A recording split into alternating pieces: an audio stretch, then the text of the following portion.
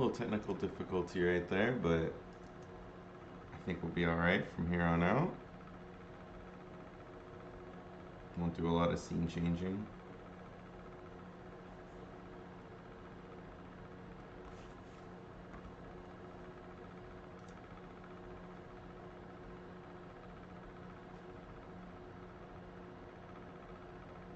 I think we'll be alright.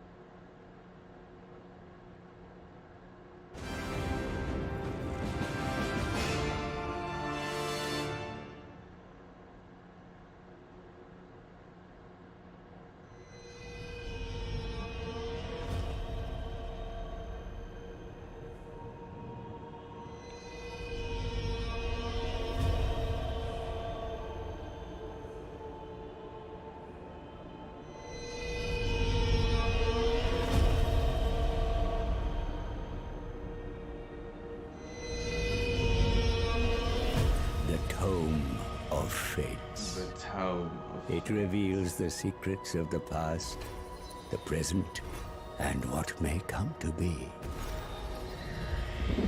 Most would think me fortunate to own such a book, but I can only use it in service to others.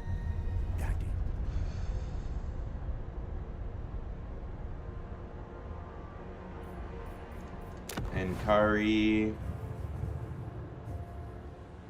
Old save version detected.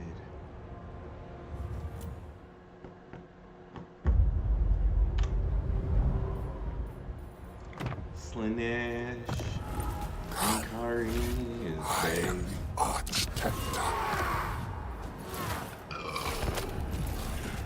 this up.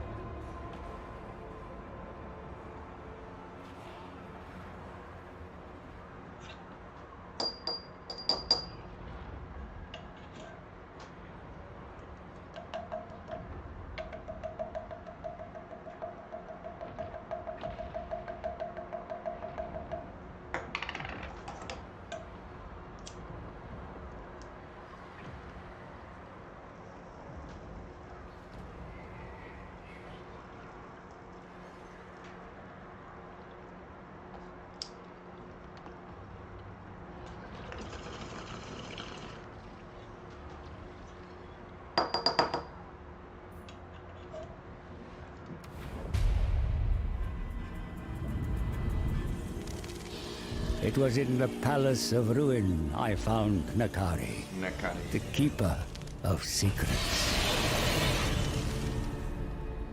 His den of excess was no place for mortals. With every step it whispered promises of all I desire. Like others before me, my soul yearned to be ensnared. But I knew if I succumbed here, he would own me for eternity. I made my revelations quickly, before my senses gave way. Yet Kari found the tale of Be'lakor and Ursun tiresome. It was a secret he kept already. As my mind clouded, I made a final gambit. I would guide him through the maelstrom to the bear's deathbed. The bear is tempting. The sorrow of a dying god, yours to treasure. A treasure to cherish. I want it. You will give it to me. One drop of Ursun's blood. That is my fee. Advise me well, and you will have your desire. Fail me, and I will have your soul. Right on. And Kari. Our task is to reap the sorrow of a dying god. Ursun's anguish, collected and treasured for eternity.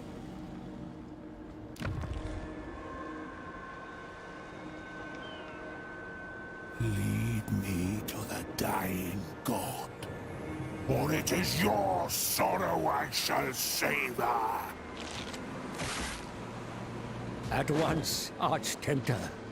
It seems the great game continues, and Khorne makes his next move against your master, for he despises the Dark Prince most of all. Servants of the Blood God surround your capital.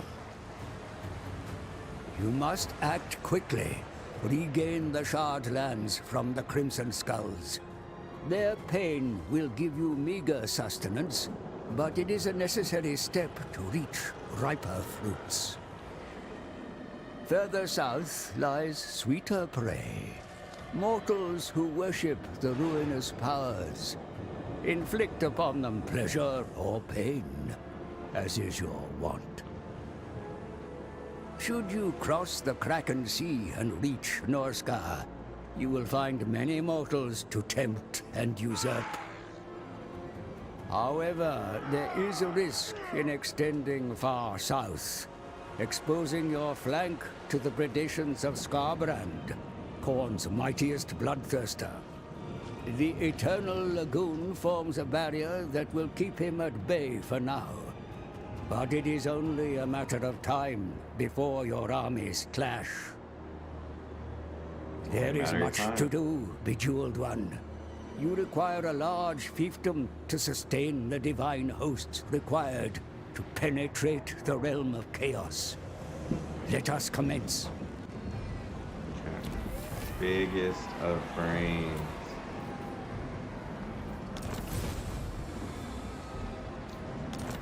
Alright. So I've played these guys a couple times. So let's see. First, start with my building. I hate this. I'm gonna do something wacky with that later. Now, control.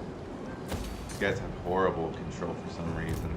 The Tempter Lord. Eviscerate them. Easy decisive victory against those dudes. Punishment. Ah, fuck. I already fucked up. I did not want to replenish them. I wanted to get devotees. I'm gonna reload it.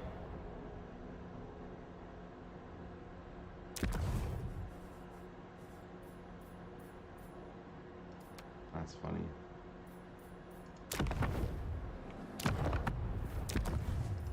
We're gonna reload all that.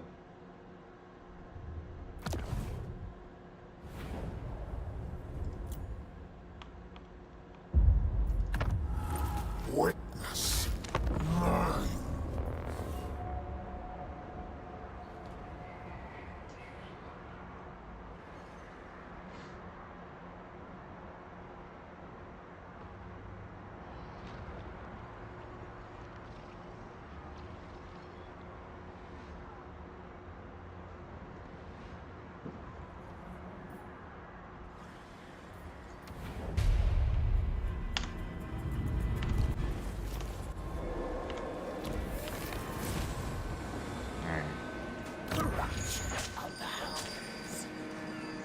The Tempter Lord. Bring ruin. At last, I am unleashed. Get some early devotees. And The I'm gonna. Tempter Lord. I can put them in encampment, which is OP. Come to me. We pay for the cheapest dudes on those. These guys on here. We'll have a tough-ass, strong-ass army in no time. We got hella lucky, got a hero hella early. Assault their garrison. Afflictions upon them. Control popped up. You bring me to the cusp of euphoria. I'm gonna get rid of those guys later, because I don't like having level 3 buildings. By your essence. Anything that can go past level 3 doesn't really make sense. There is an infestation. Yeah, that caps out at 3. These ones cap out at 3. This one can go all the way up to...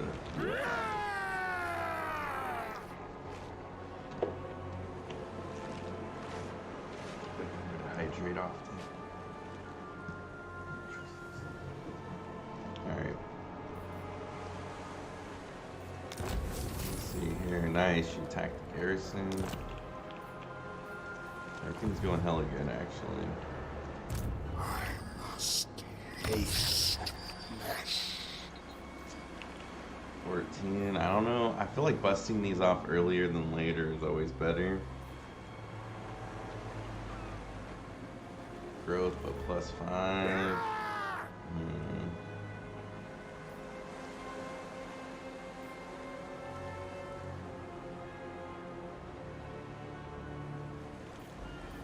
5 turns to get hella growth, but growth is better when you have hella more places. Keep your filthy blood. Because then all these places are getting growth. If I did it now, it would just be that one place. So it'd be kind of good to start off, but then I could get more out of it later.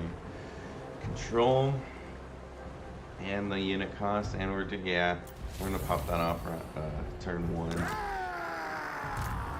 Because then all these guys recruit better, and they get better ranks.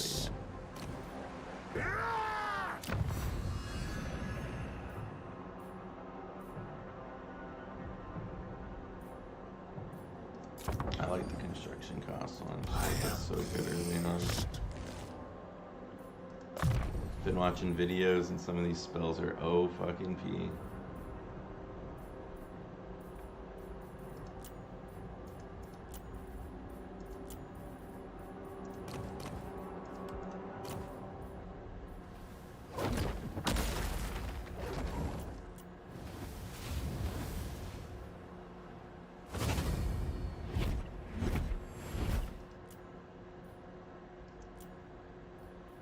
I need to get this somehow, but I don't think I can. They take it away from me.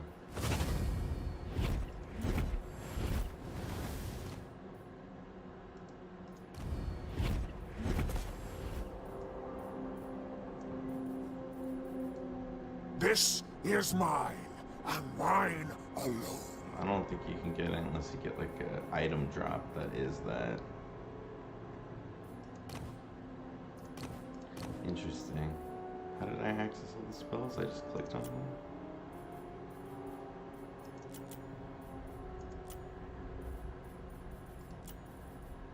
Fuck, what did I do? Never done that before, opening all the spells like that.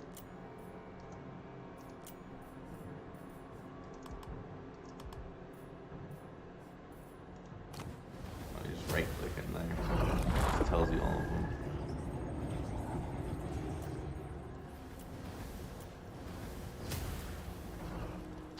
Oh, I need shadow somehow. How do you get...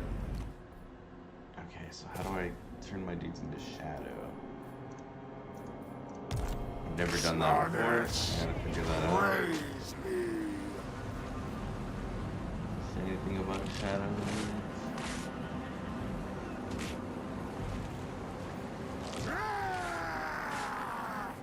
There it does. There we go. Shadow, no shadow. Shadow, no shadow. Got him. Figured it out. That's when you build bastions, it looks like. Or dark bastions. Alright, we're gonna practice this out. We're gonna try shadow shit out. Hopefully. Secrets are mine. Oh, we're in shadow? I mean, that's what I'm hoping. I don't know. We'll see if you can get new abilities that way.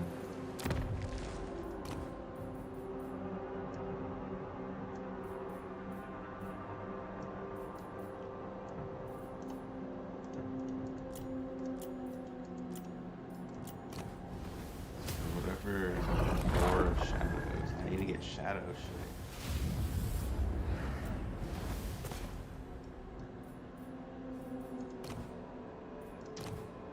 I wonder if it's when I recruit a lord, they get the spell. You will serve.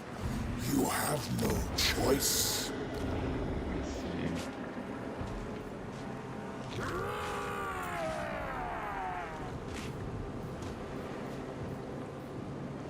Lord of Shadows, okay.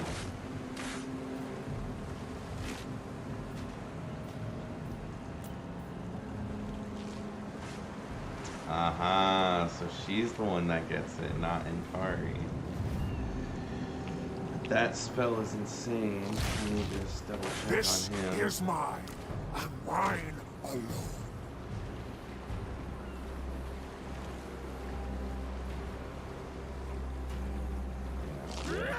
One of those. Our heads Shield. are She's a turned. lord? She's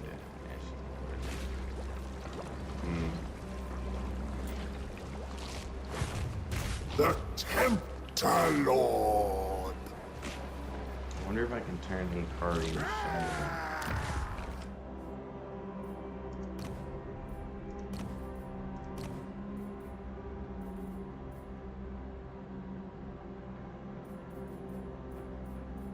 I don't really know where the fuck that would be at. Maybe if I gave him like shadow items? I don't know. Seduce, hate scorn.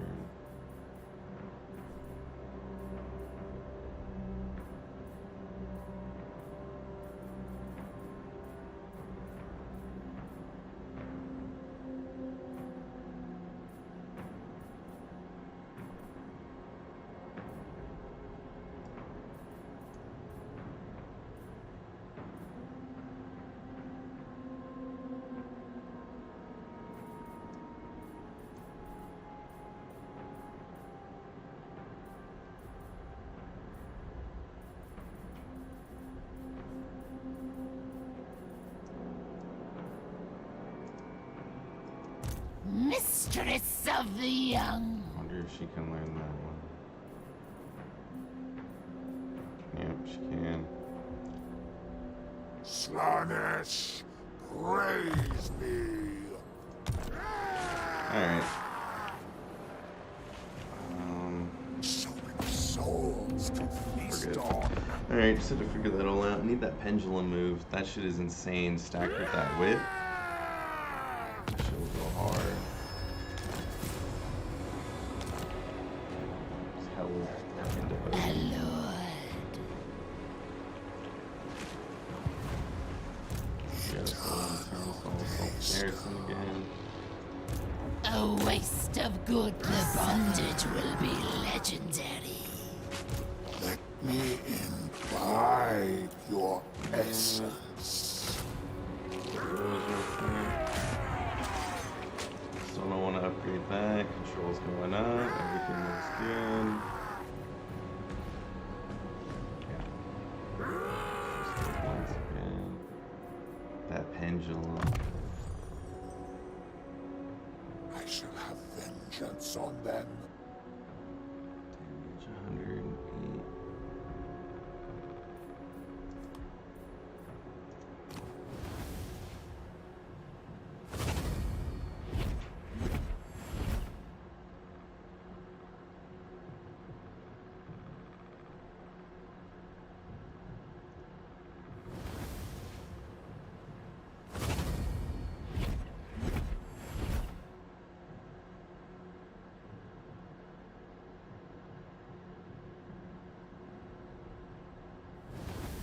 Wonder how you get this shit stronger.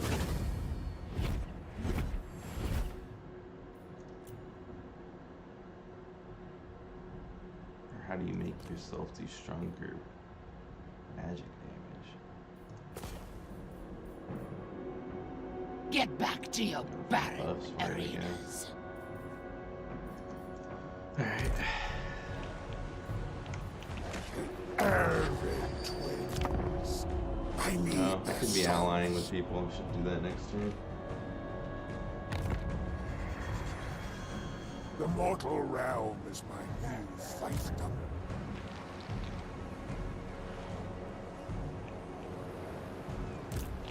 Drink in my excellence. I see. Dancing on. Thank the lash. I want this.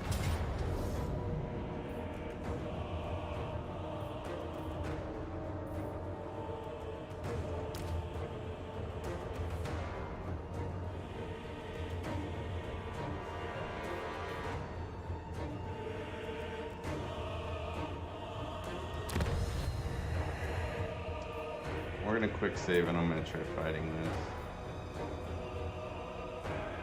I think I can whoop him.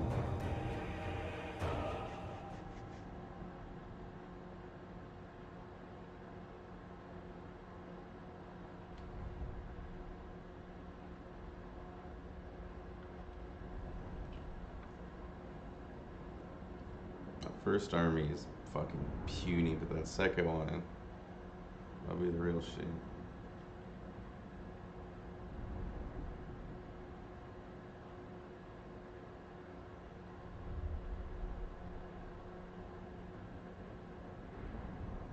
Interesting.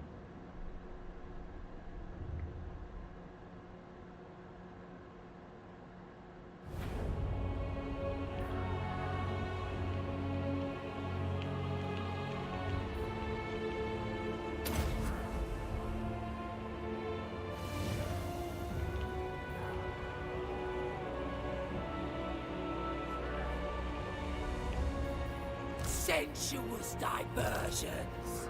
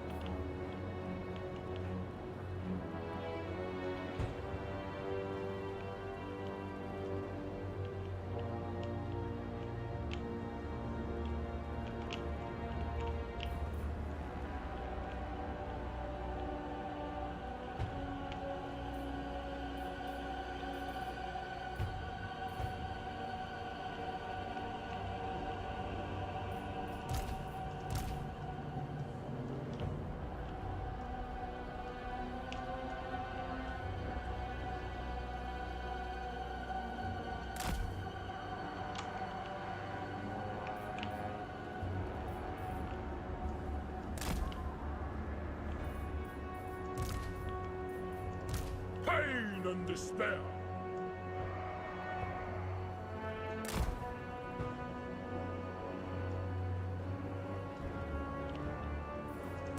Marauders!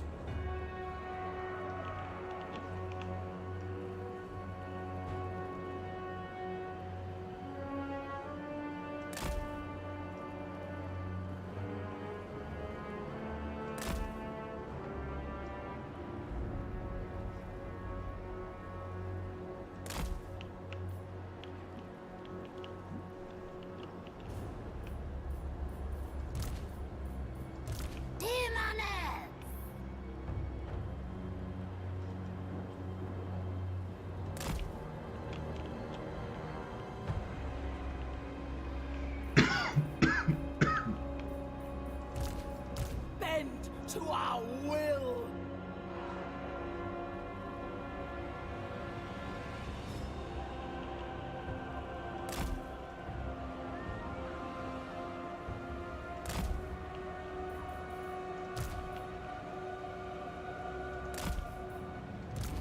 The Eternal Hunters!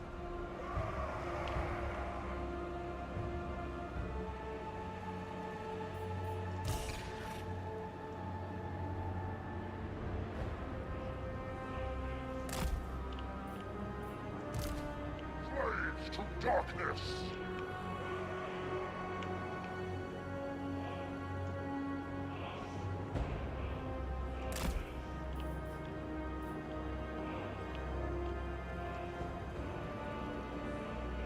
Bring us souls!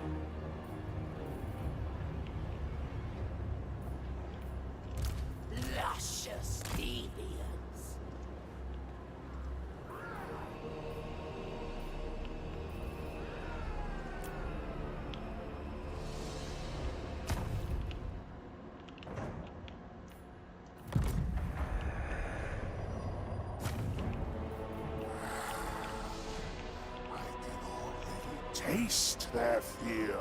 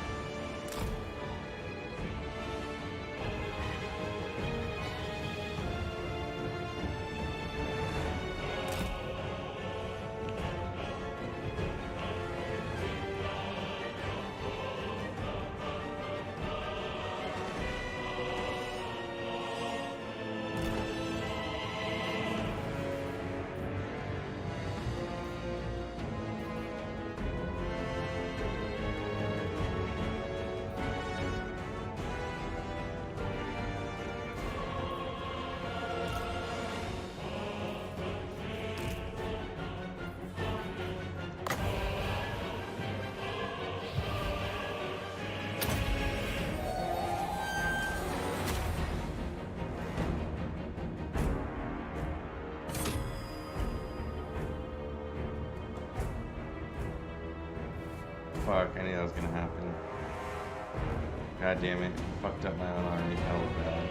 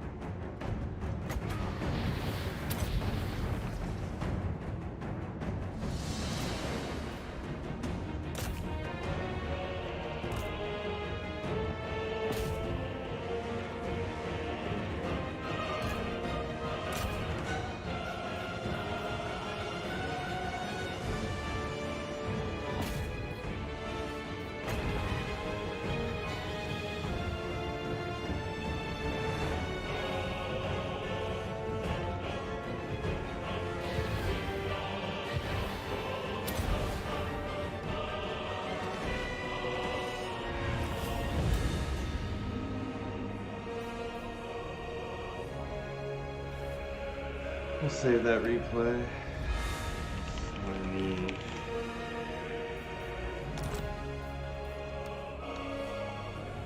That was pretty sweet. That was pretty sweet. Always nice to see a battle. Fucked him up too. So close victory, but to be honest, I barely even lost.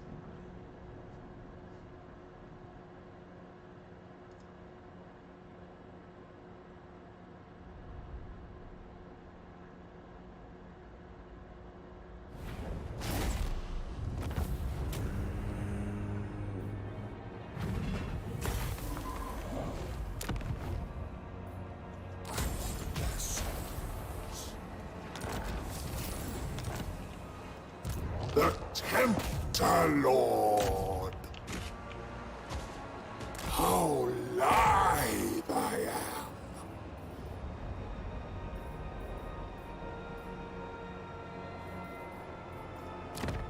I like it close. A gift from my master. Nice. Not a one of us will bow.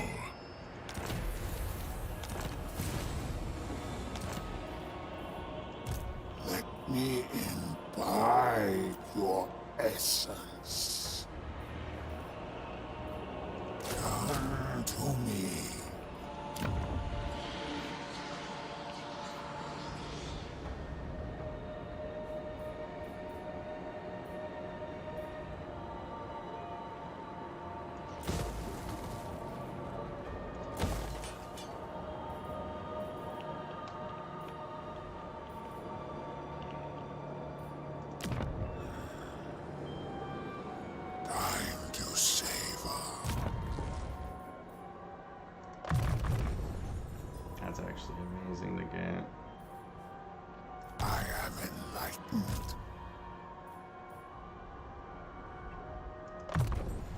pendulum. Disgusting. Eternal taster. If anyone has a name for my second lord, you definitely down to change it.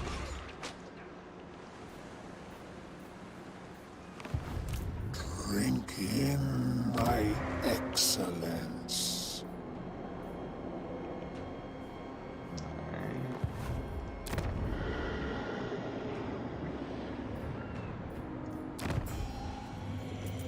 Delectable. What?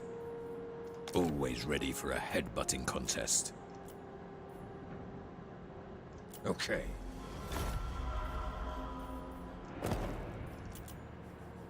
Norska, I will hear you. Let's find somewhere quiet to talk.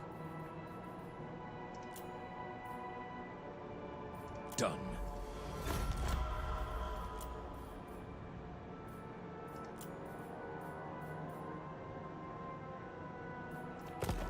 I don't care for a non-aggression pact. Take what's there. The gods might compel me to kill, but I'd...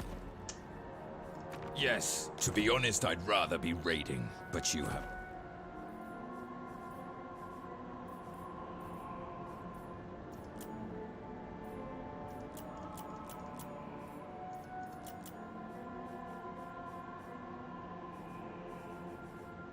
So there is no passion.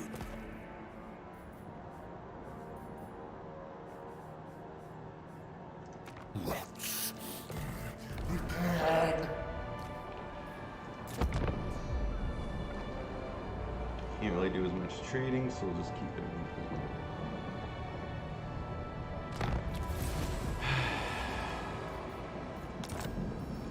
Banner of Hellfire. The secrets are mine alone.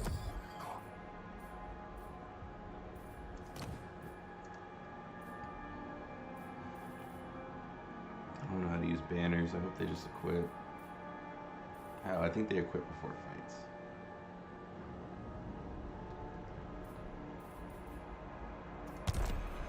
It costs hella fucking money. Hunger for souls. The Tempter Lord.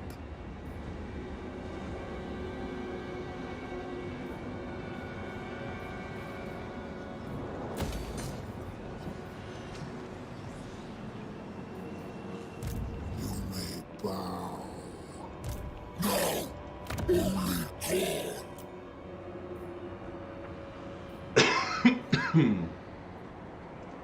I must taste flesh. Only obey Bloodfather. You answer to me.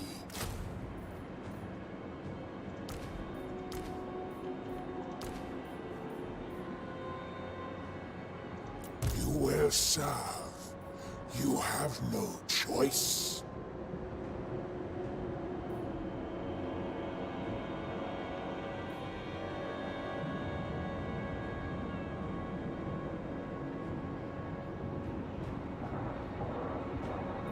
Come to me.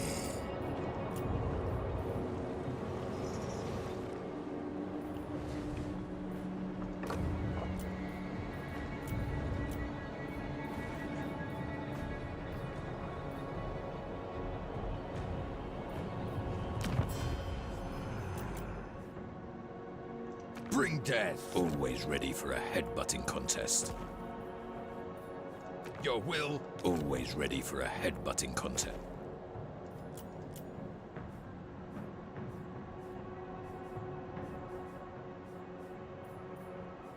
Ready! I'll hear you out.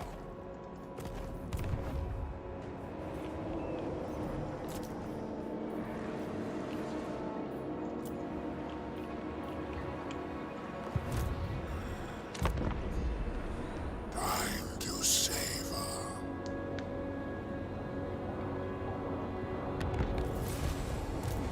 Drink in my excellence. Let me imbibe your essence. I am thirsty.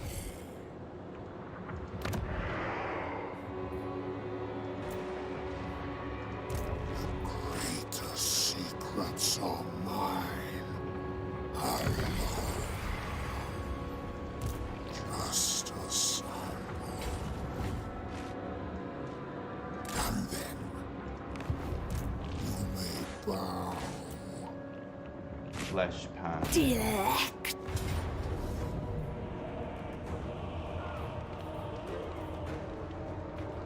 The glorious obscenity of war.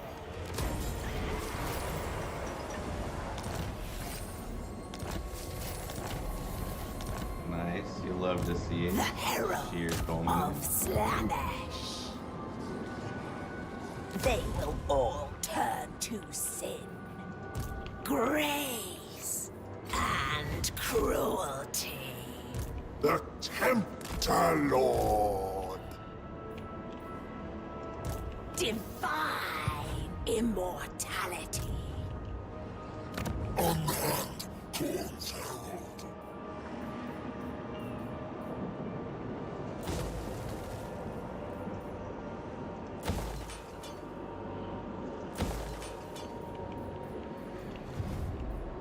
We are infested! Let me imbibe your essence. Tender hand of atrocity.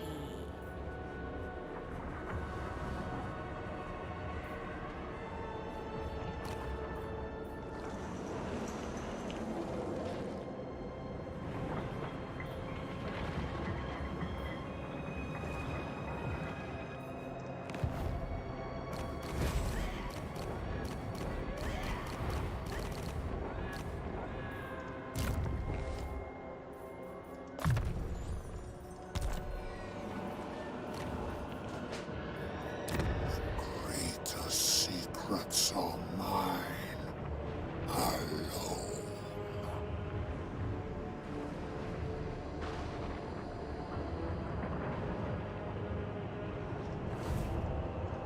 You may bow. The Tempter Lord.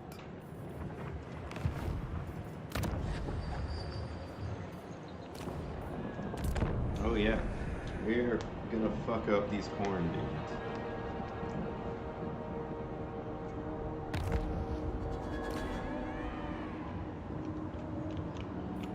Our heads are turned.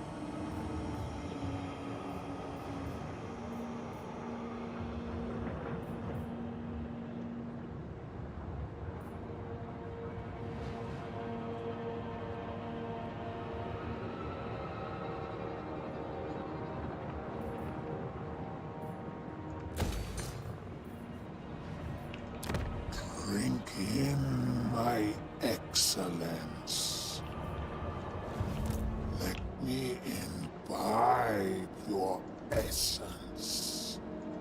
The herald of Slanesh. Oh, yes!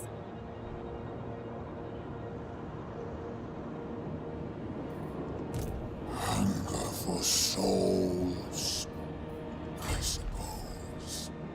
Bring me to them.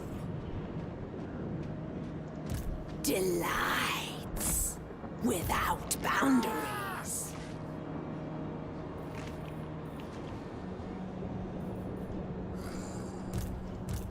What secrets we keep.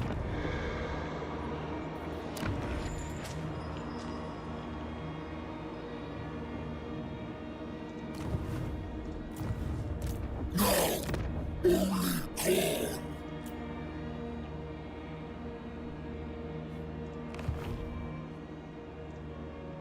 One man's pain is another's pleasure.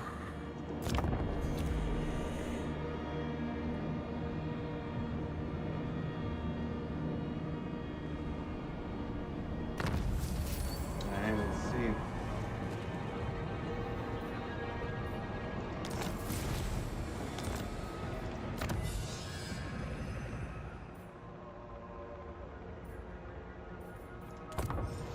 What wickedness we shall sow.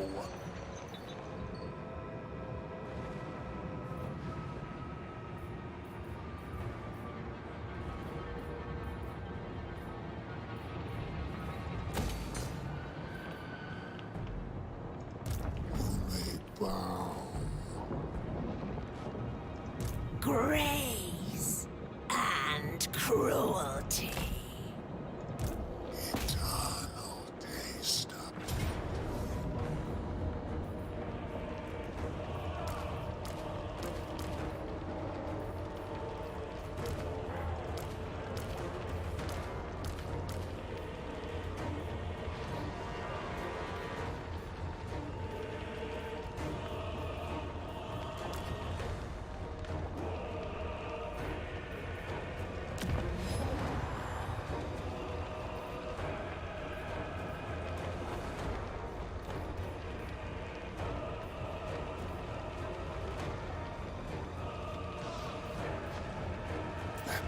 levels begin.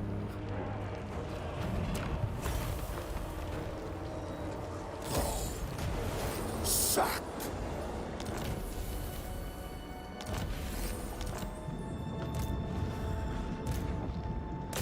Time to savor.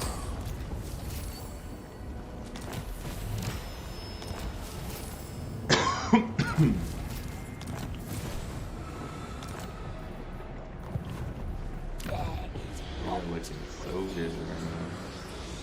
The Tempter Lord.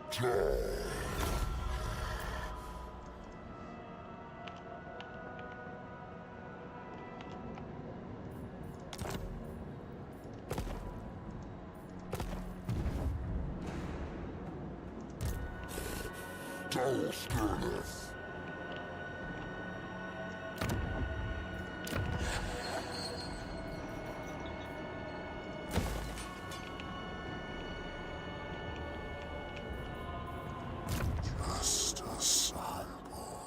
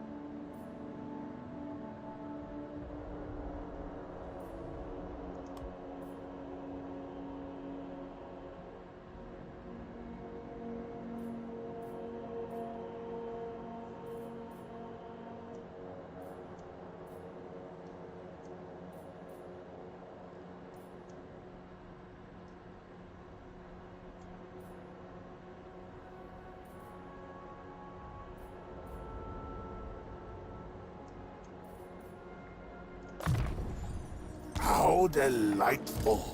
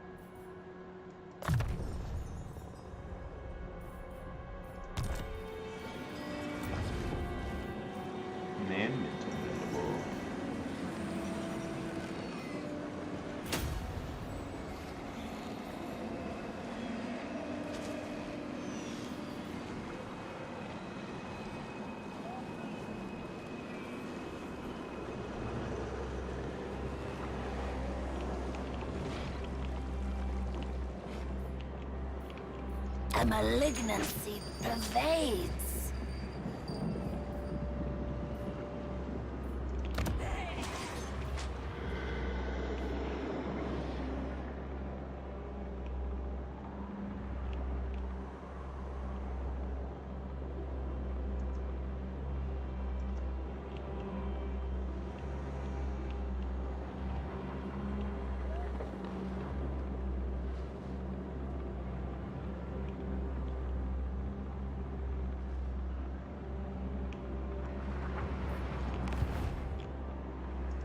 Depravity reigns.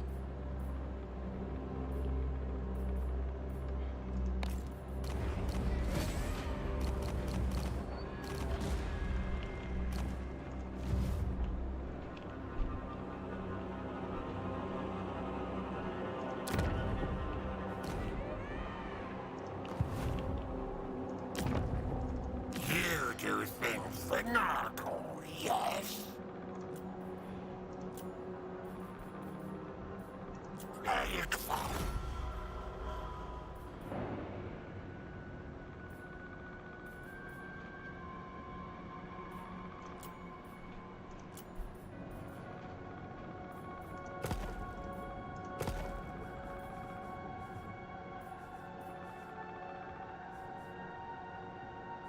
Speak.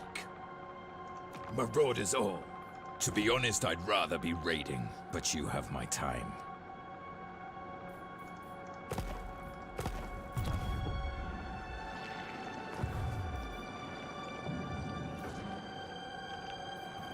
The perfect prince prevails. Slaneshi Herald.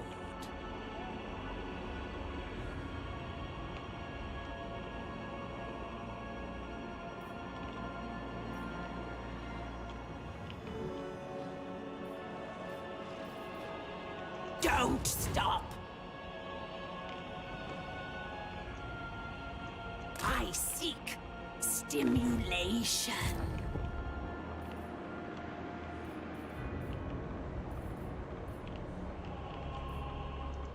No, stop.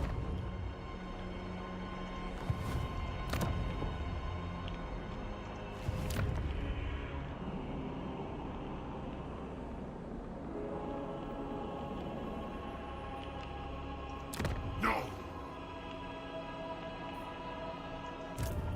Drink in my excellence. Hunger for souls.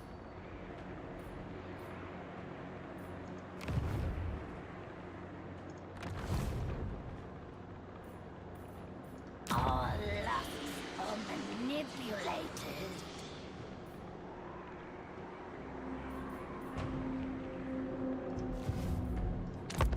Nice, nice.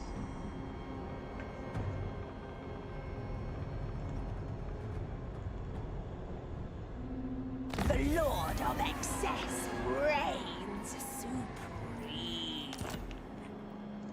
Never. bringer of sensation.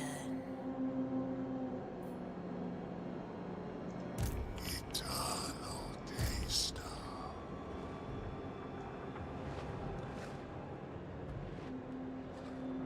Spreading seduction. I must taste flesh.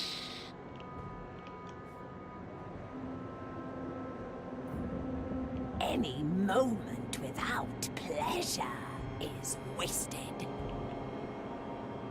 Onwards.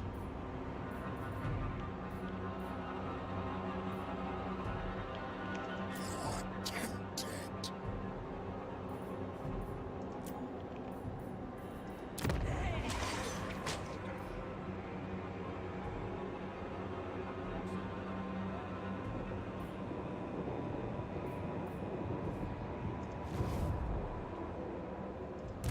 Just a sample.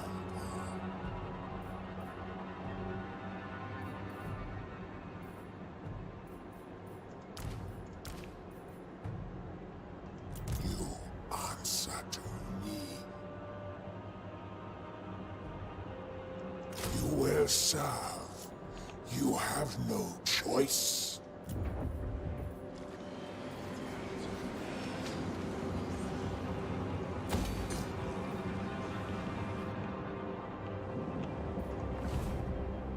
Our heads are turned.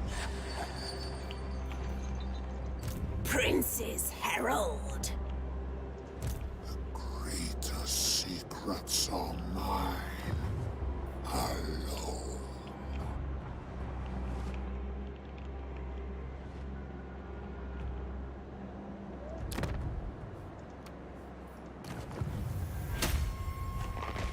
You are beneath my gaze. Hunger for souls.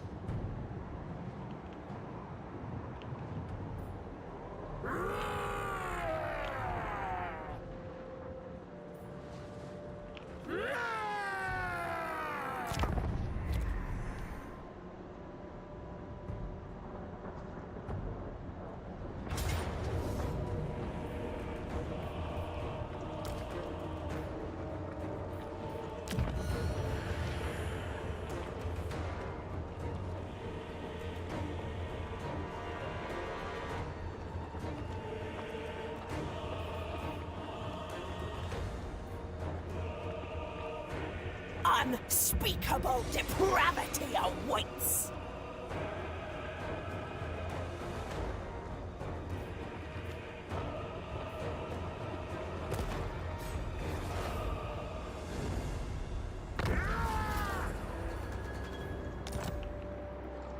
I think not.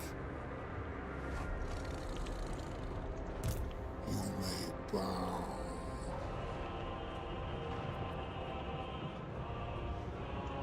Dancing on. Eternal taster.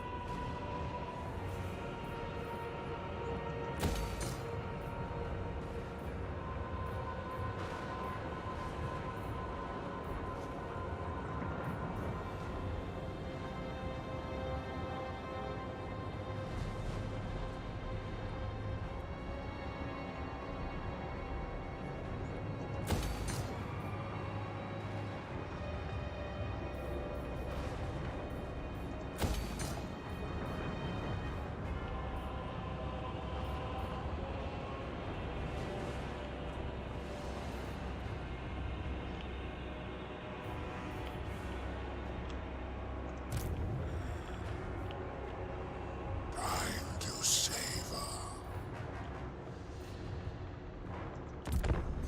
Alright. I have to throw down. Should have threw down earlier.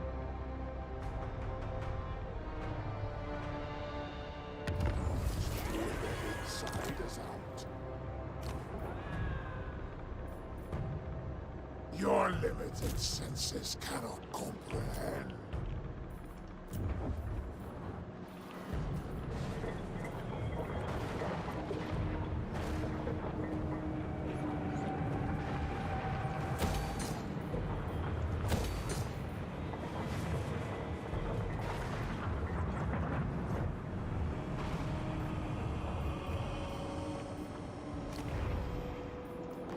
There is an infestation. The Tempter Lord!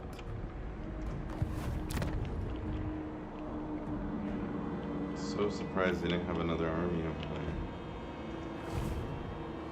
They must have just fought for him before I fought him or something. Taste flesh.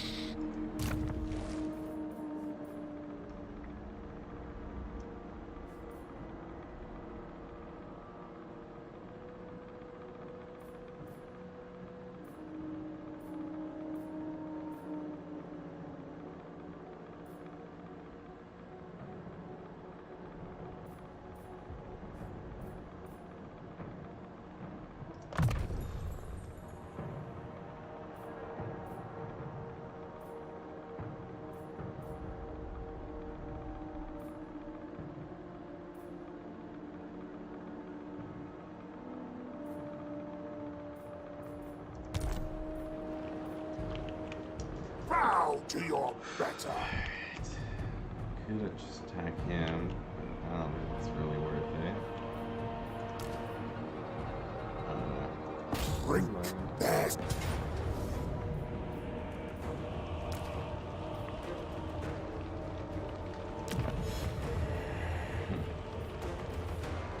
Behold my That's how you wrath. do it.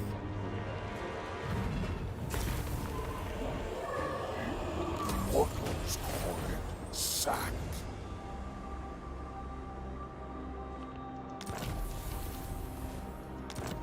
I'm a sacker.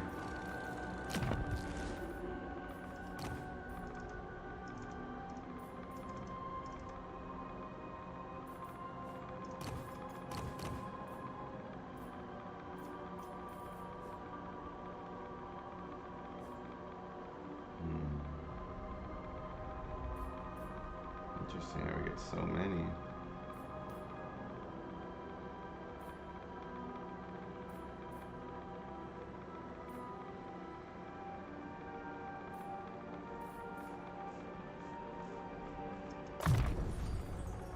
This will slaughter many.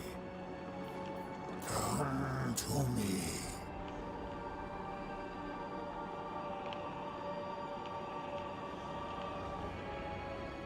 Slaanesh, praise me. Moving. How lithe I am.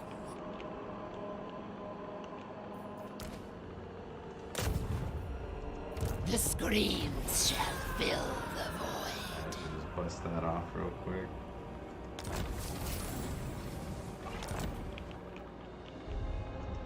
Asinine mortal!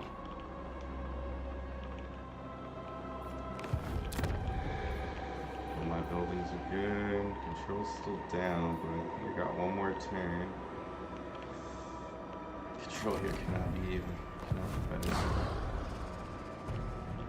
Oh, I never occupied it. I'm so stupid. Just a sample. Let's reload that.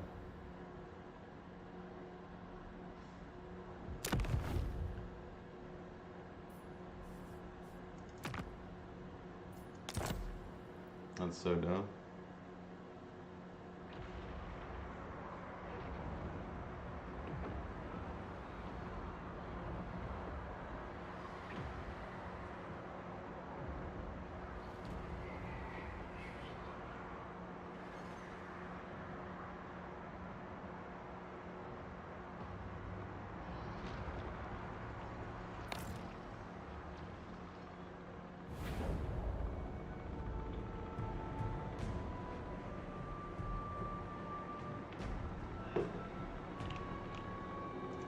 The Tempter Lord. Let's try this again.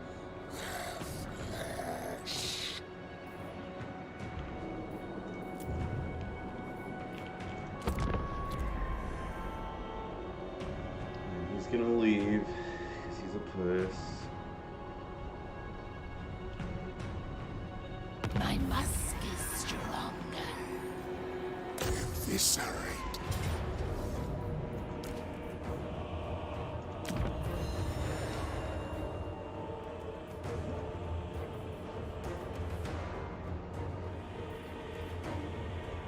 Behold my wrath.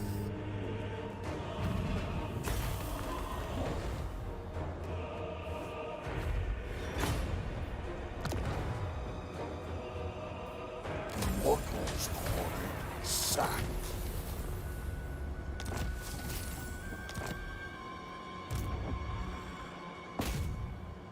Time to savor.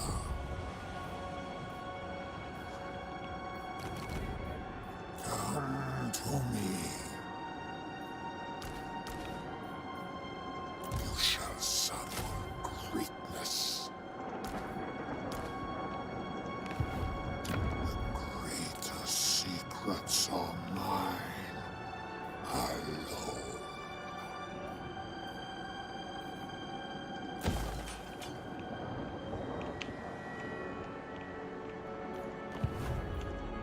There is an infestation.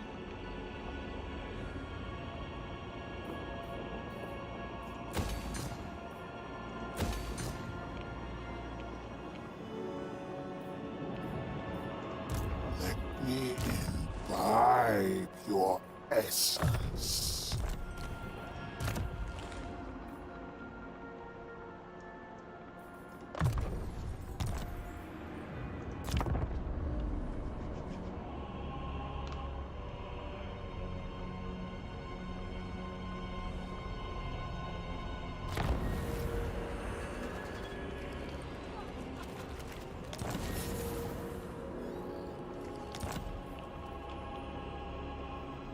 A malignancy pervades. How you help grandfather today?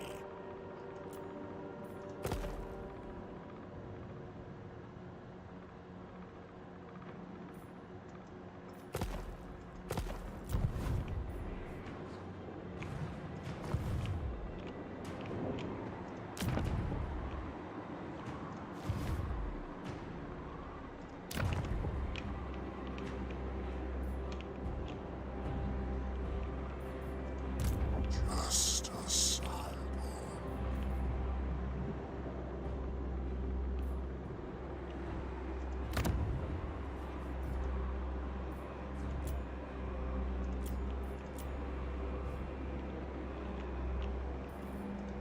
The Tempter Lord.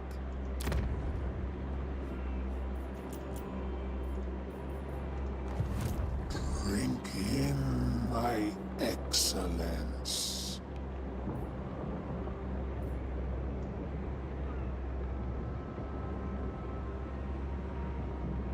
Dancing on.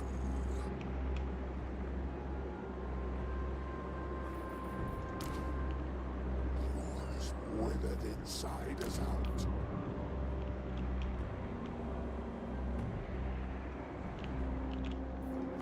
Our lusts are manipulated.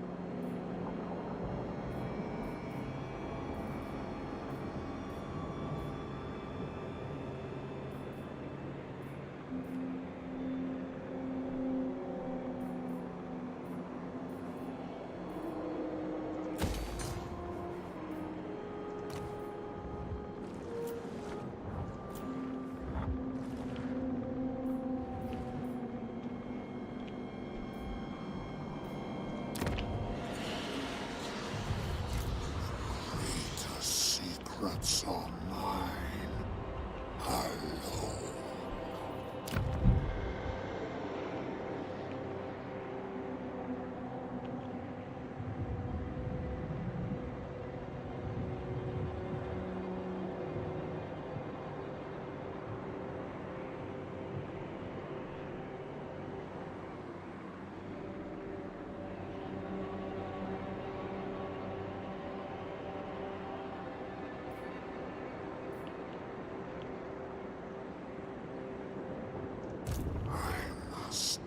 Taste flesh.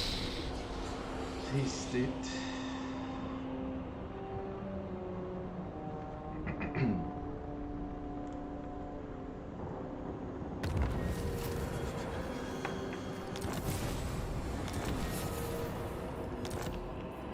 We are infested!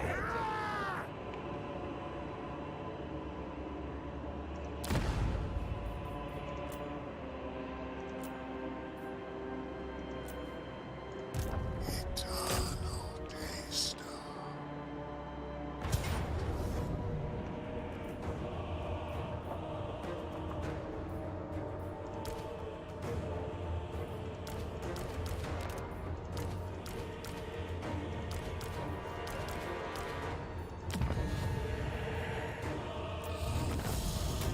I shall taste blood. Hunger for souls. I want it.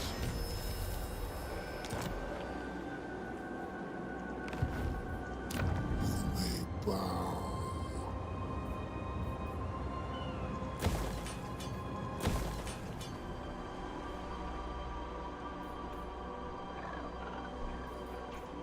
Just a sample. This will slaughter many.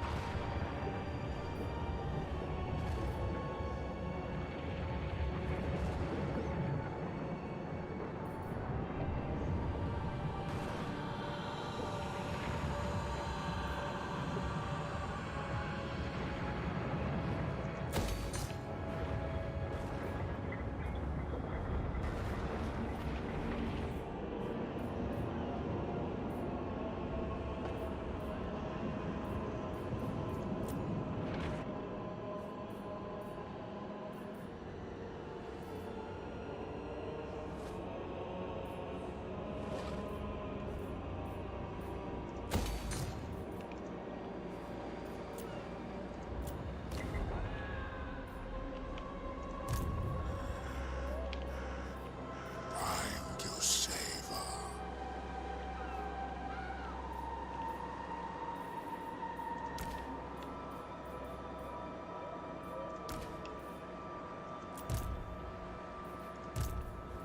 You will serve. You have no choice.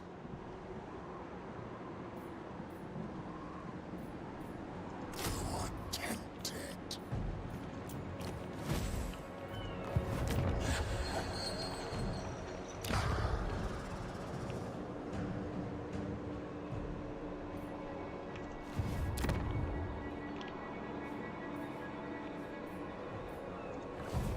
I must taste flesh. The Kari comes. Yes. Come to me, the Tempter Lord.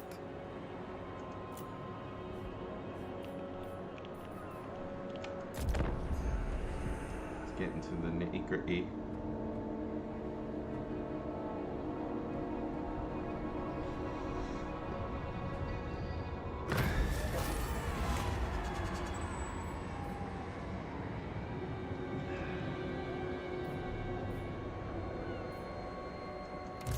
Let me imbibe your essence.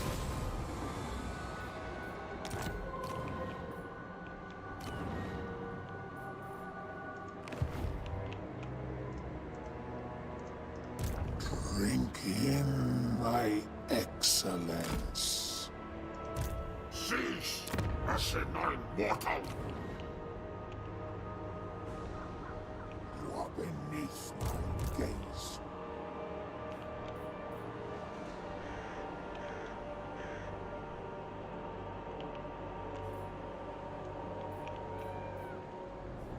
You answer to me.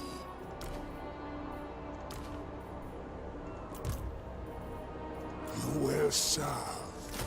You have no choice.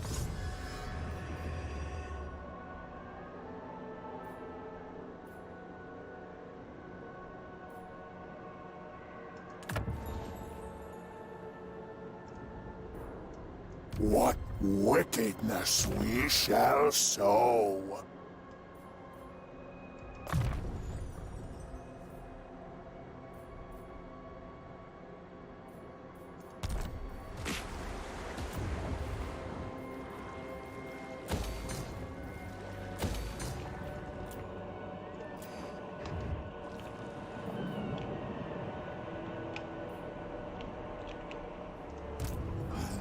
Bow.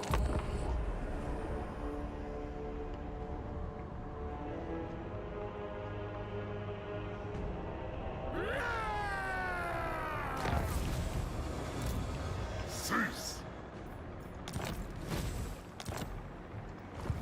The Tempter Lord.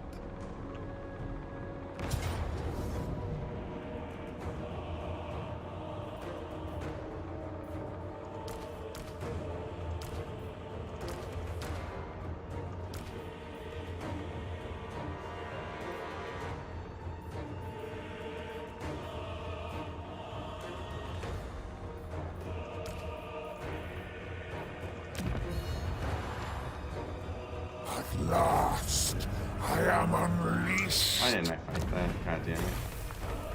Go. Sack. Eternal taster. Take it from me.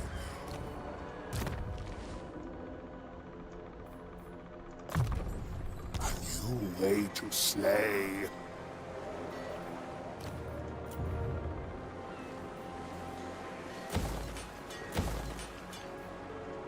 Let me imbibe your essence. Drink in my excellence.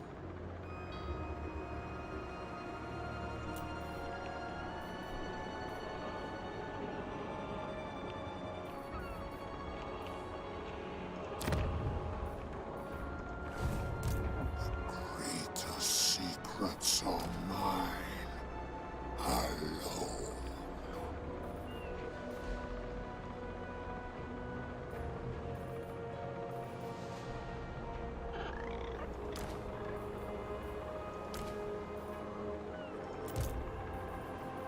You shall sample greatness.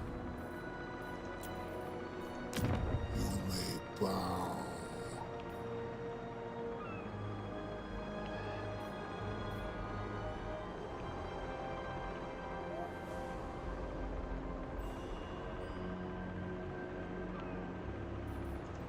Hunger for souls.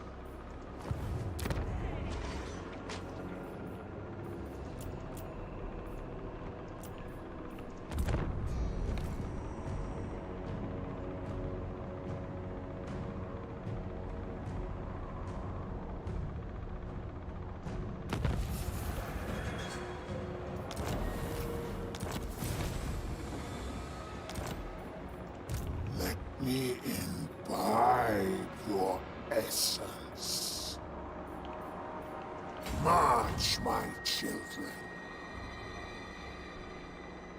I wonder.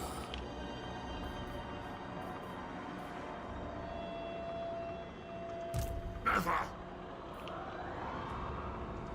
Just a sample.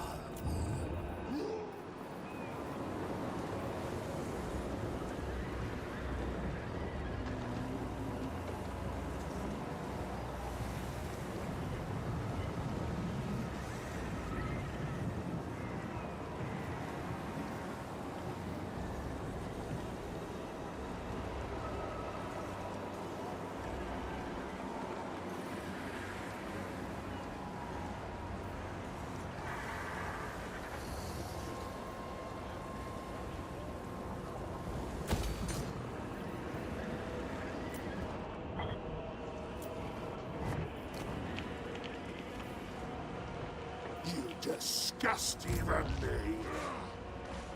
You're tempted.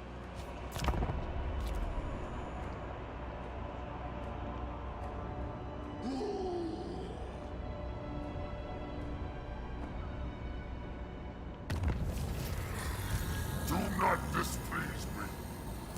I must taste flesh.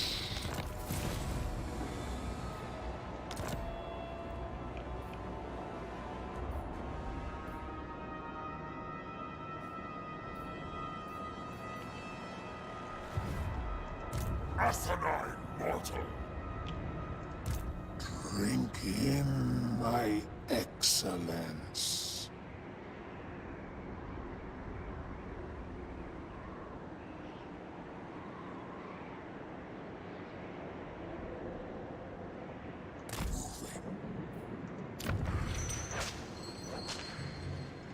The greater secrets are mine alone.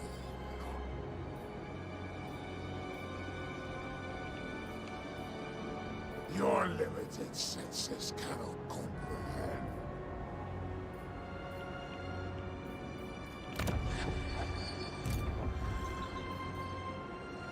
Time to savor.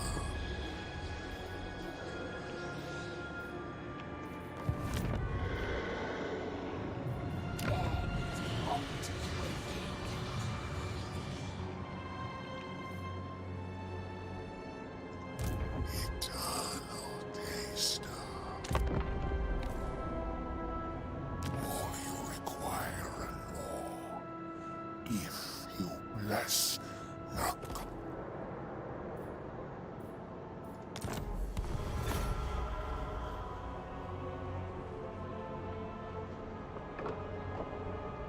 bow to your better.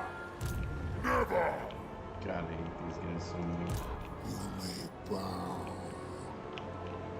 Because next destination. Drink their souls. Oh, I can't summon another disciple army? That's bullshit. Elven twins. I need their souls.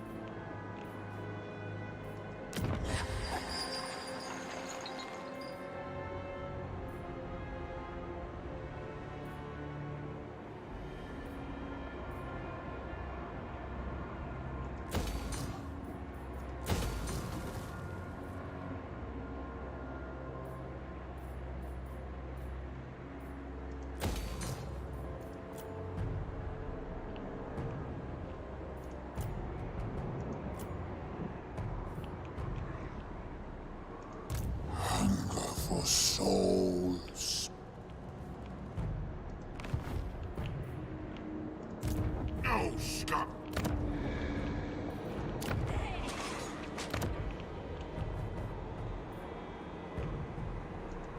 Just a sample.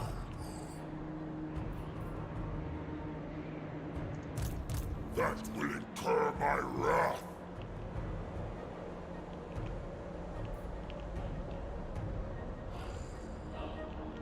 What secrets?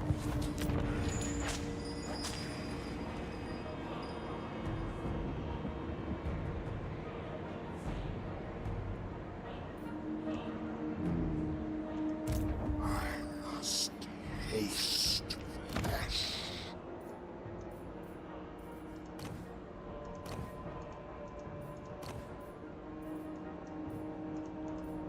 Well, hope he doesn't keep running away. Manipulated.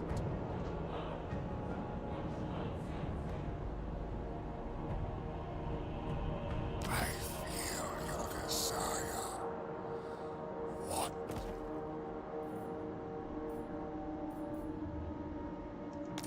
Yeah, sure, that's great.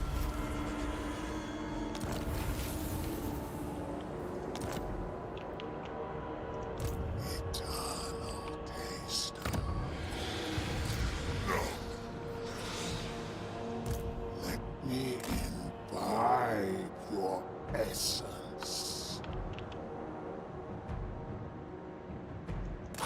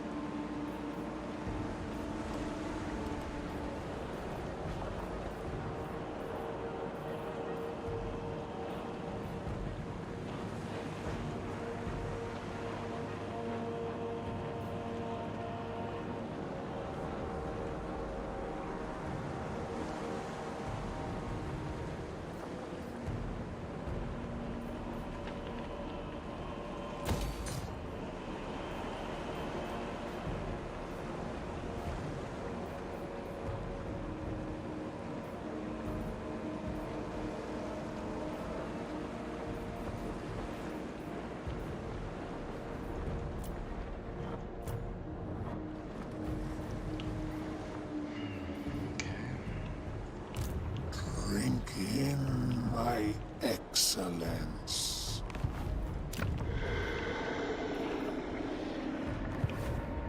A malignancy pervades. Hunger for souls.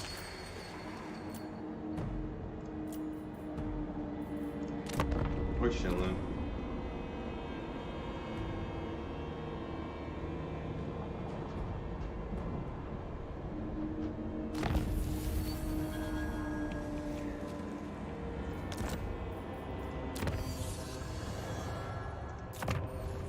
We shall cavort and confound. Your demise is certain.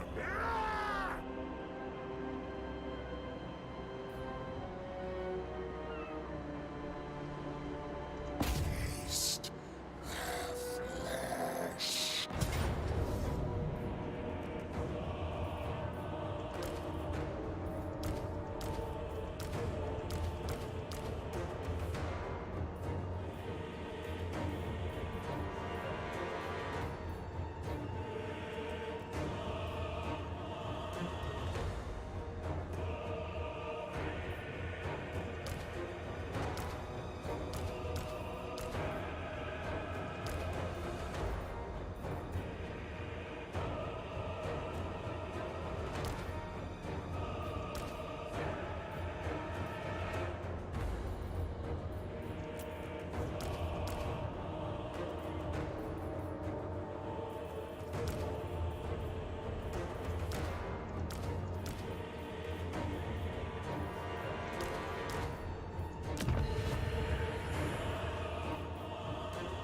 Lush and flames.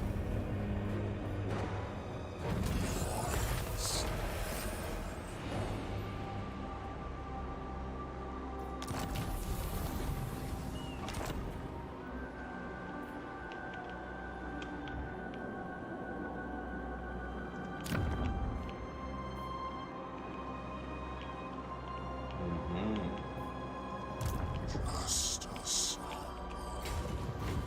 Come then.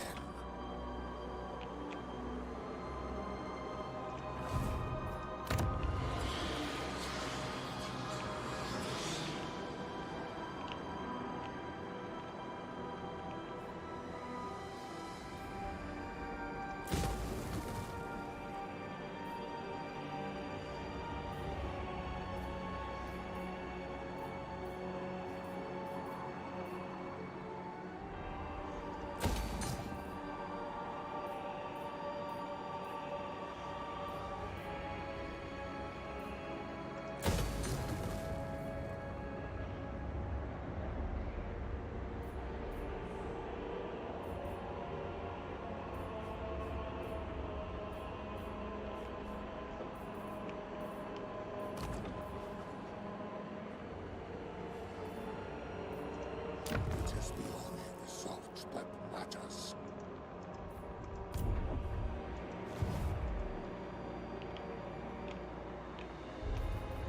I like it close.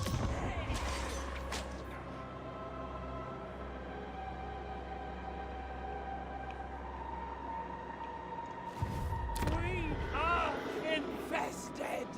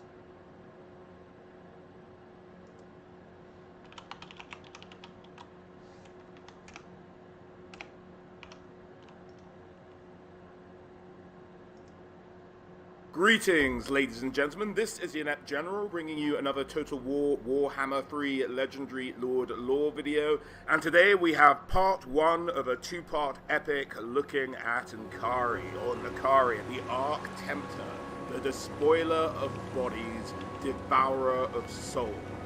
His cruel embrace is said not to only bring death, but to mean the oblivion of one's soul itself.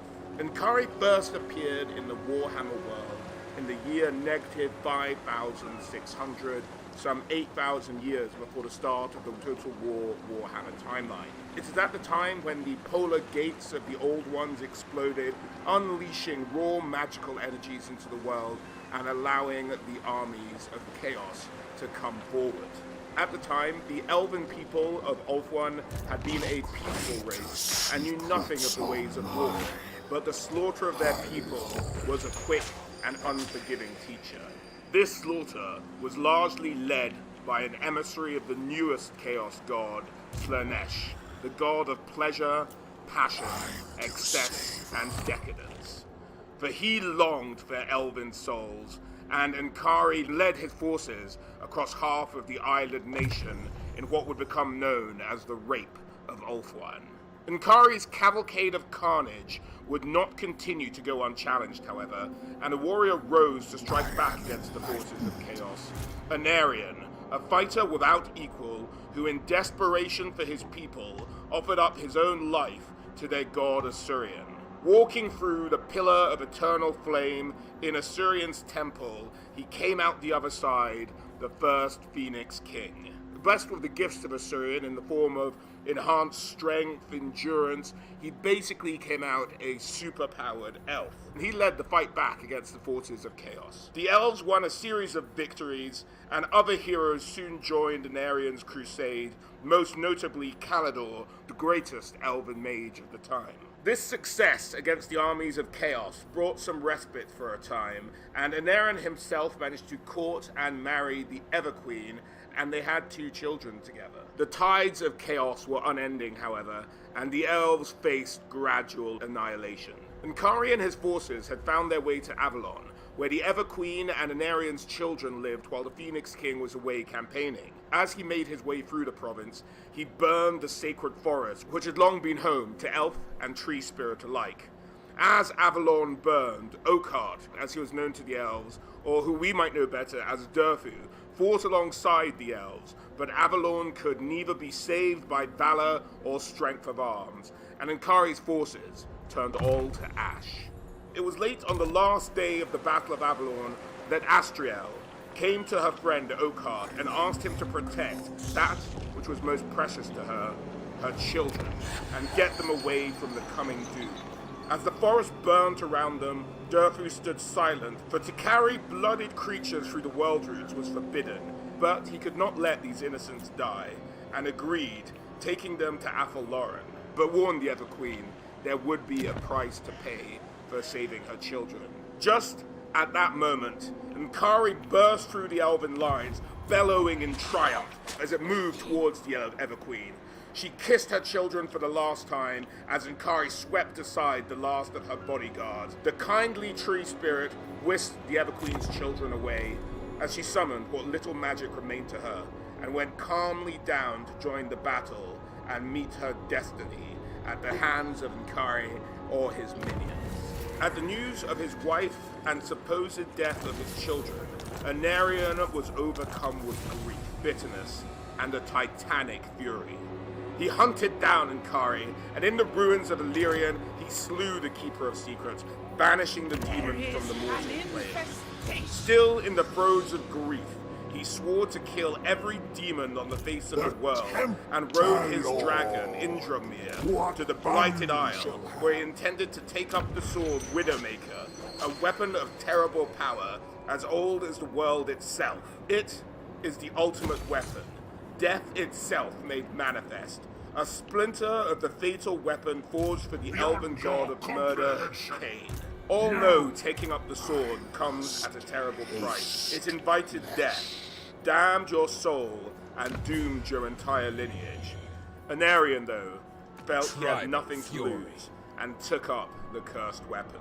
In the years that followed, Kalidor, the great mage who had tried to dissuade Anarion from taking up the sword, came up with the idea of a method of sucking all the excess magics from the world, banishing the demons in so doing. The idea seemed too outlandish, too dangerous. Anarion wanted to fight the demons back with strength of arms, and so at the time turned down his friend's proposal. At the same time, the sword had started to take its toll on Anarion's sanity, and he grew darker in spirit and action. He also met Marathi and took her as his partner.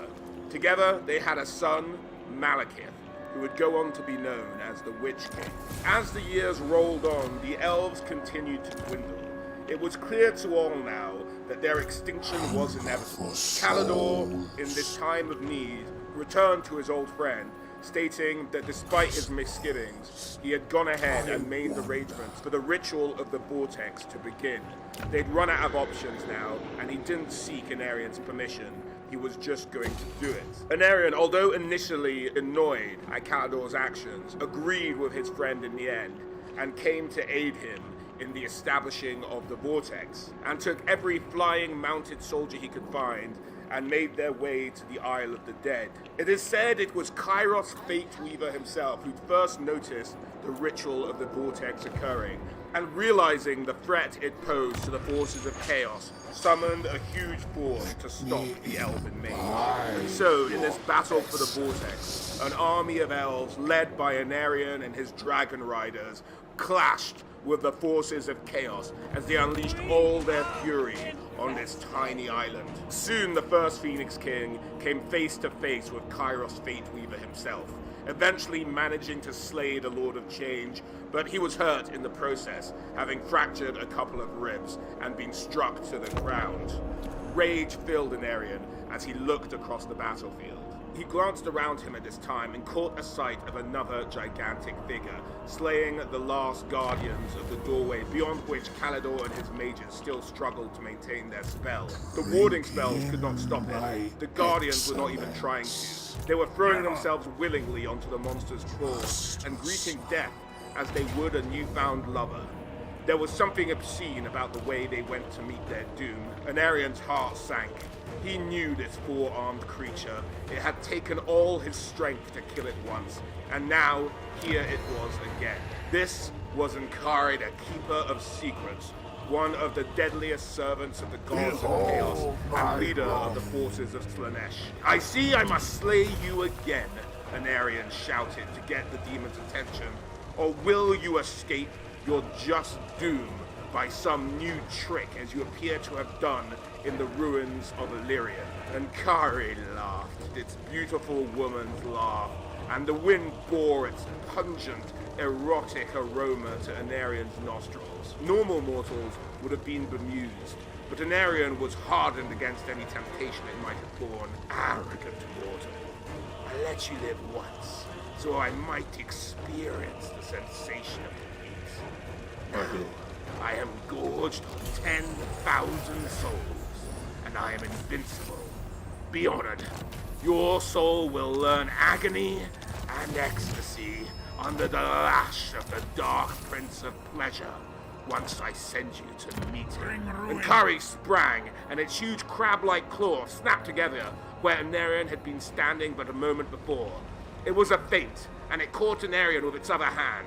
Aphrodisiac poisons poured from its nails. Its cloying perfumed breath filled Anarion's nostrils. For a moment he was dizzy, and his legs threatened to give way beneath him. "Now is the moment of ultimate pleasure," said the Keeper of Secrets. "You will fall to your knees and adore me before you die." Manipulated. Anarion lashed out with his blade, slashing the creature's chest. Such was the demon's power that the flesh tried to knit behind the blade as it passed, but nothing could resist the fatal power of the sword, and after a moment, Kari's flesh smoked and burned.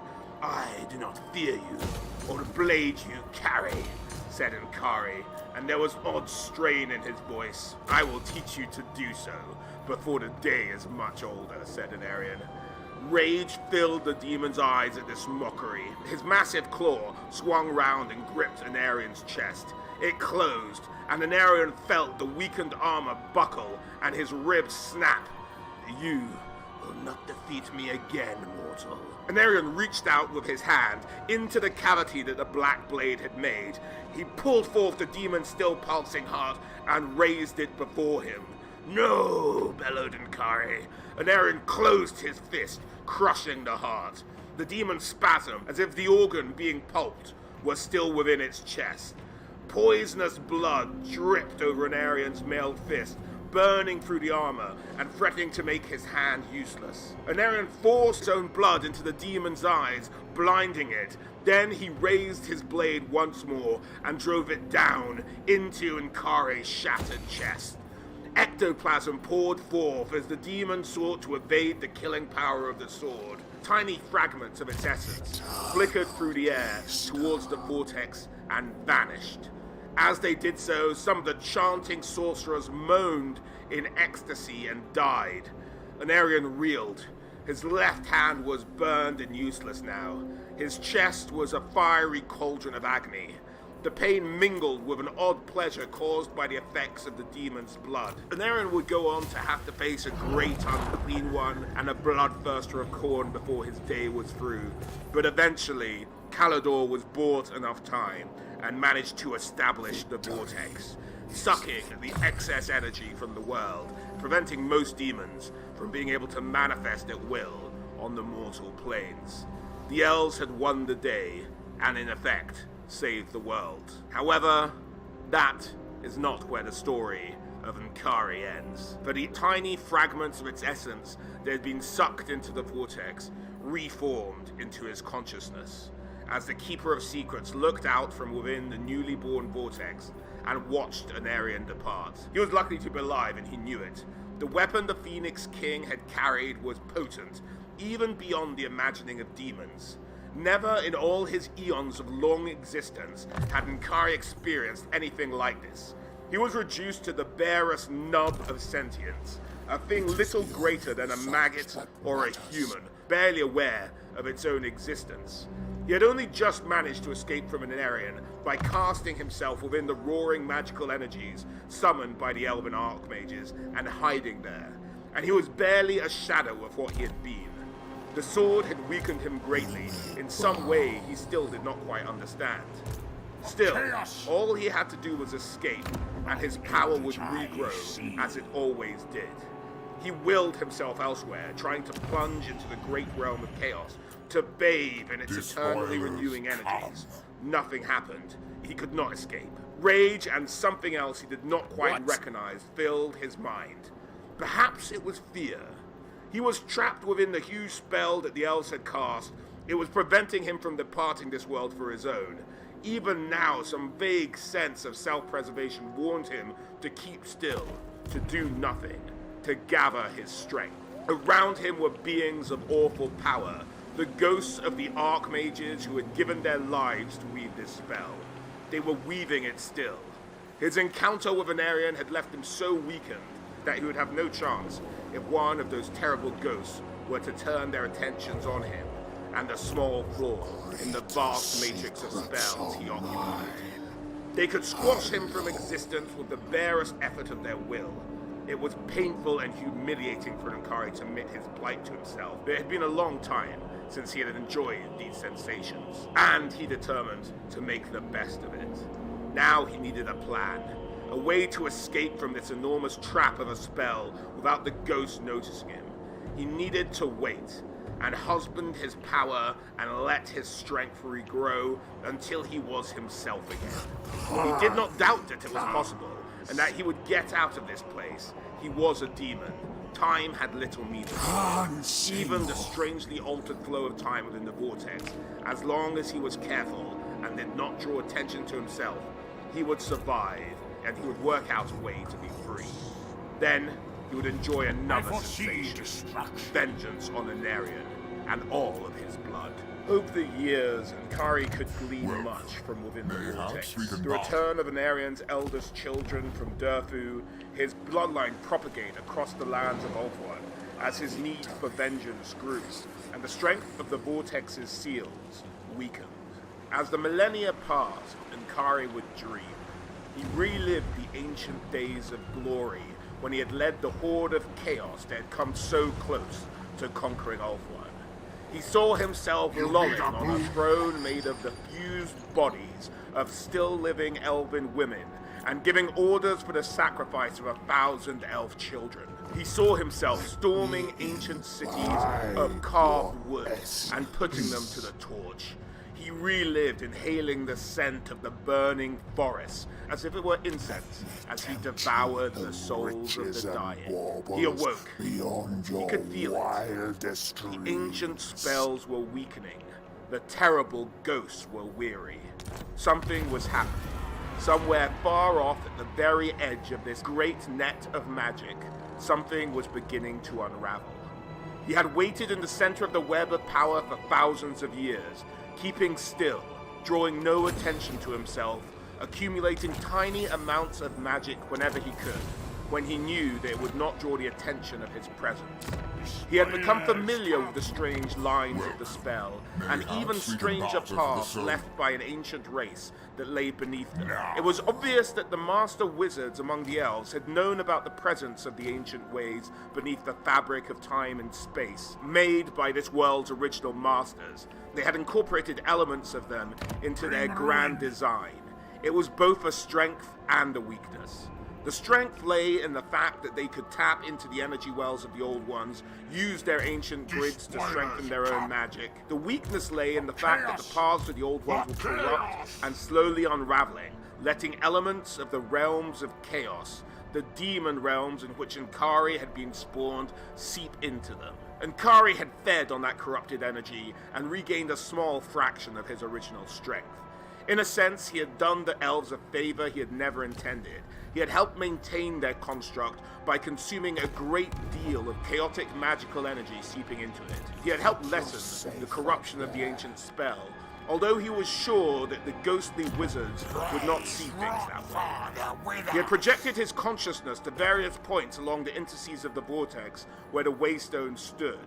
He had mapped the whole huge system. He knew it as well, or perhaps better, than any of the elf wizards.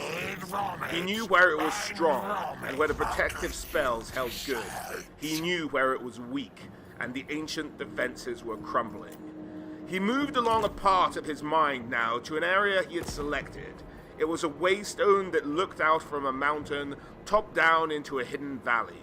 It was a long way from anywhere inhabited on Ulthuan, and no one had come to it for many centuries to perform the rites that would strengthen it. The waystone itself was crumbling. Lichen had grown from the channels of the carved runes, despite the spells that should have prevented its growth, and burned it away. The very pattern of the stone was eroded by the wind and weather, and that was important, for the shape of the stone was as much a part of the spell as the flows of the magical energy around it, or the runes chiseled into it. Every aspect had been part of its design. Every element contributed something to what it did. Now it was like a rusty nail with a heavy picture hung. The ghosts still watched over their handiwork and would repair it where they could. They would notice the collapse of any small part of it if they thought that any sentient entity was behind it. Particularly if any entity trapped within their realm, they would destroy it. The greater demon knew there would only be one chance to do what needed to be done. At best, if it failed, it would mean spending many more centuries acquiring the energy for another attempt at escape. At worst, it would mean complete and utter destruction. And Kari knew that if the patterns of energy that made up his consciousness within the vortex were destroyed, he would be destroyed forever. He had no physical form to anchor him, and his connection to the realms of chaos was still blocked by the intricate wards of the vortex. He was only going to get one chance. He had better do it right. Soon, thought Kari. Soon. In the year 2173 of the Imperial calendar, only some 300 plus years till the start of the Total War Warhammer timeline, Kari felt a storm being birthed. The weather shaped to his will. Now he needed to make sure the other elements were in place. Carefully, with infinite patience, he extruded tiny filaments of himself through the waystone. He was not yet powerful enough to break out physically, but he could send out a message to every elf with even the slightest sensitivity to such things, and blend their dreams with his own. He would prepare the world for his coming, and make sure the first recruits were ready for his army. Mages across the face of the world would sense something, for their gift would make them sensitive to his magic. The storm blew in from the east. The storm that was forming blew in from the east. It toppled trees and blew off roofs, and hurled the seas around Ulthuan forwards in great churning waves. Enormous winds drove brutal black thunderclouds before it. Savage rains poured down as if intending to drown the world. As it reached its height, the seas boiled and the skies rained down fire upon the land. Many elves drowned in swollen rivers, were crushed beneath collapsing buildings, or incinerated by bolts of polychromatic lightning. Great was the ruin wrought on Ulthuan that night, but the worst was yet to befall the land. The storm roared through the mountains of Ulthuan, passing over Mount Antorek, where a carved stone lay, so ancient it was crumbling. The runes on its face, despite their magical protections, were all but obscured by the millennia-long erosion of the elements. As if tossed by the hand of a wicked god, a bolt of lightning surged down and struck the ancient waystone.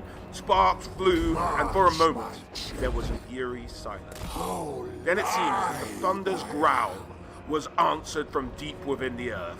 The tip of the mountain shook. The ancient stone danced and then toppled. As it fell, ancient spells became undone, and things erupted outwards onto the mountain top. Winged things that beat up into the stormy sky, laughing and cackling. A moment later, a massive claw emerged, and then an arm, then a deformed bestial head, and finally a monstrous androgynous body. 2 additional arms pushed it from the ground, and Kari looked down from the mountaintop for a long moment. He breathed air as he had not breathed in 6,000 years. He looked down the slopes of the great mountain, illuminated by the hellish flicker of lightning overhead. Winged things soared and cackled on the storm winds. He raised one clenched fist in a gesture of triumph and defiance. With his escape from the vortex, full cognizance of what he was and who he had been came crashing in on him. In the vortex, he had been a pallid ghost thing, his mind and memories dull, his passions shadowy, his desires weak and suppressed. Now that he had regained physical form once more, his emotions were stronger, as if they needed glands and hearts and blood and bone and organs to give them their full strength. He remembered a great deal he had forgotten, and felt once again the titanic, towering passions that were his birthright.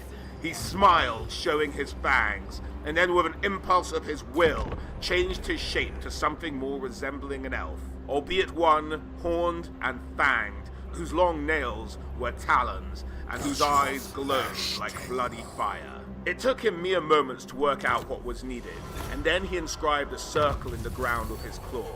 Now, he thought, I will take vengeance. The tome. It was time to locate his prey. He reached out with his mind and formed a vision of an Aryan, as he had been at the height of his power. He could recall the slightest detail of his foe, and recollect him on a scale that was unimaginable to the weak minds of mortals. He remembered the exact patterns of an Aryan spirit, and the genetic markers that had flowed in his blood, which would flow in the blood of all those descended from him. As the lightning blasted the ground about him, he pricked the flesh of his hand with one of his talons, and a drop of his magical blood flowed forth. He flipped into the air and ignited it with a word. It became a mote of energy, a pulse of magic that he could shape to his will. He imprinted the genetic rune that he'd remembered upon it, and then summoned more magical energy. As he did so, the original mote divided and replicated like an amoeba, again and again and again, as more power flowed into it. Soon Kari was surrounded by clouds of tiny motes of light, swarming around him like fireflies. With another gesture, he sent them racing away from him to seek out the ones he was looking for. The motes flew across Ulthuan as fast as sunbeams, seeking the few possessors of the marks that Kari sought. They flashed around them invisibly, and then hurtled back across the vast distances to their master. As they returned, They swirled around him once more, each of them bearing an image of the being they had found. Visions of faces and places danced in the demon's mind. He saw a young woman waiting to be married, wizards in their laboratories, princesses in their palaces, a pair of twins, little more than children, riding aboard a ship. All of them bore the unmistakable imprint of Anarian's blood. Now Kari knew the locations of his prey, and his tiny pets, following an invisible magical sense, would always be able to find them again. He smiled to himself, revealing very sharp fangs. One of those he was looking for dwelled not too far from here. It would not take him long to begin his revenge. Within the passing of the moon, he swore he would have wiped out all of the line of Anarian from the face of Ulthuan, and he would make this world pay for the long millennia of his incarceration. He roared with ecstasy. He began to work on another spell, one that would reach out to all those whose dreams he had touched and who were vulnerable to his influence. It would draw those he needed to him, and it would let him sense their presence. He would need followers, an army of them, if he was to achieve his goal, and he would need other things, demons to follow him and slay his enemies on his command. He would need worship to nourish him and souls on which to feed. His great bellow echoed for scores of leagues, and those who heard his voice above the crack of the thunder shuddered. Soon after, not too far from where he had emerged, Kari made his way to a forested clearing. Now in the form of a beautiful elven maiden, he appeared before an orgiastic cult of elves. Kari had sensed their corruption from afar, smelled their decadence like the odor of a rich and corrupt night-blooming orchid. She had surprised them and filled them with wonder and terror by materializing at their orgiastic rites to celebrate their devotion to Slaanesh. There were some of those who had been summoned by Kari's original dream spell, who had made their way into the mountains seeking to answer its call. Kari smelled her spell on them like the last lingering remnants of some old perfume. Their rite had already provided a morsel of sustenance, and before the night was over, they would provide a great deal more. Kari studied their leader closely in the light of the moons. "I require your obedience," she said. She sensed their confusion. These elves had been playing a dangerous game, performing rites of pleasure for their own gratification, thinking that there would be no price to be paid, that nothing would come in answer to their summons. They had discovered that they were wrong, and they were at once exalted and terrified by what they had done. "We are your slaves, mistress." They bowed before her and resumed their orgiastic behaviors. These would be the foundation of the demon's army, as Kari and her newfound allies made their way to Toranan. By the time Kari's forces had made it to Toranan, a provincial holding in the valley beneath Antarek, she'd managed to amass quite a force, not only of the cultists who were now following her, but also of other demons. And although the poor elven defenders fought back, there could be no hope to prevail against the unholy fury of the demon. Furies dove and wheeled in the sky like misshapen bats, their shrill cries freezing the blood of all those who heard them. Rage-maddened bloodletters and blood crushers hurled themselves again and again at the defenses, splintering wood and shattering stone, desperate to slay the elves that cowered inside. Kari waded through the bloodshed, and the elves scattered before his coming, all save Ianith, Lord of Toranan, and his household guard. They formed a wall of spears against the demon's onslaught, only to have their weapons splintered on Kari's hide. Snapping the Lord's sword beneath the pincers of one massive claw, Kari thrust his fist into the elf's chest. Closing his fingers around the Lord's heart, the demon tore the still pulsating organ from the noble's body. Kari brandished the heart briefly before the elf's dying eyes, bellowed in triumph, and swallowed it whole. Casting the limp corpse aside, the Keeper of Secrets turned his back on the ruins of Toranan and sought out his next victim. For the Lord had been a descendant of Anarian, and his job was done here. By the time he and his cultists were finished, it was as if a crowd of maniacs had rushed through the place, breaking everything precious they could find. Discarded clothing, blood-soaked, lay everywhere. They left odd outlines of elven shapes where the magics of the demons had rendered them to naught but ash.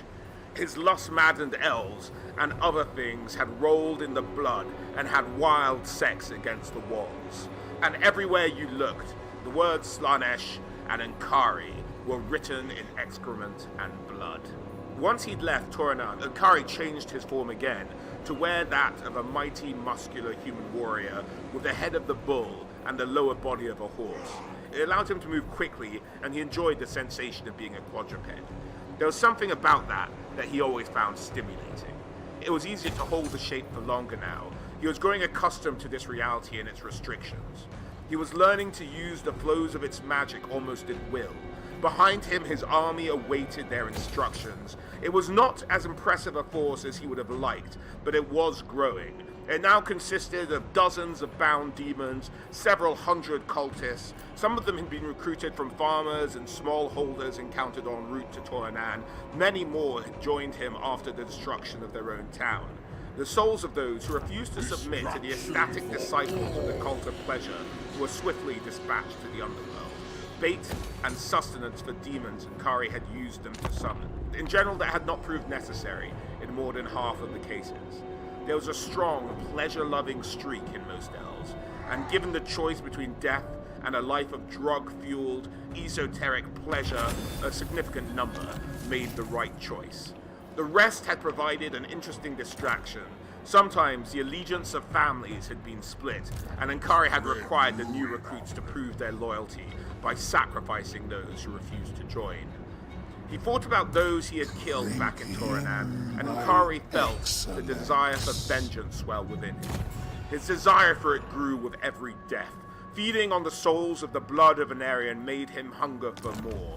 There was something about the spirits that gave him more nourishment and power than any others he had ever consumed. He was going to need it, for his plan was approaching its most difficult stage. Ankari approached a waystone. To his demonic eyesight it glowed, revealing a faint seepage of energy from within the vortex. His smile grew wider, his fangs glittered in the moonlight. He knew all about this sort of magical power, and how to wield it and shape it to his purposes. He was going to form a feat of magic here that the elves would remember for as long as they existed, which Slaanesh willing would not be very long, as even mortals measured time. He was going to do something here that had never been attempted before in the world, and would probably never be attempted again, because there was no one who could match his knowledge, magical power, or skill when it came to this. There was no one else who had paid the price for being imprisoned within the vortex for 5 millennia either. It had allowed him to maintain his form in a way that few other demons could manage without the winds of magic blowing strongly. It was going to allow him to do something else as well. He decided that he would need to make a few sacrifices before he began.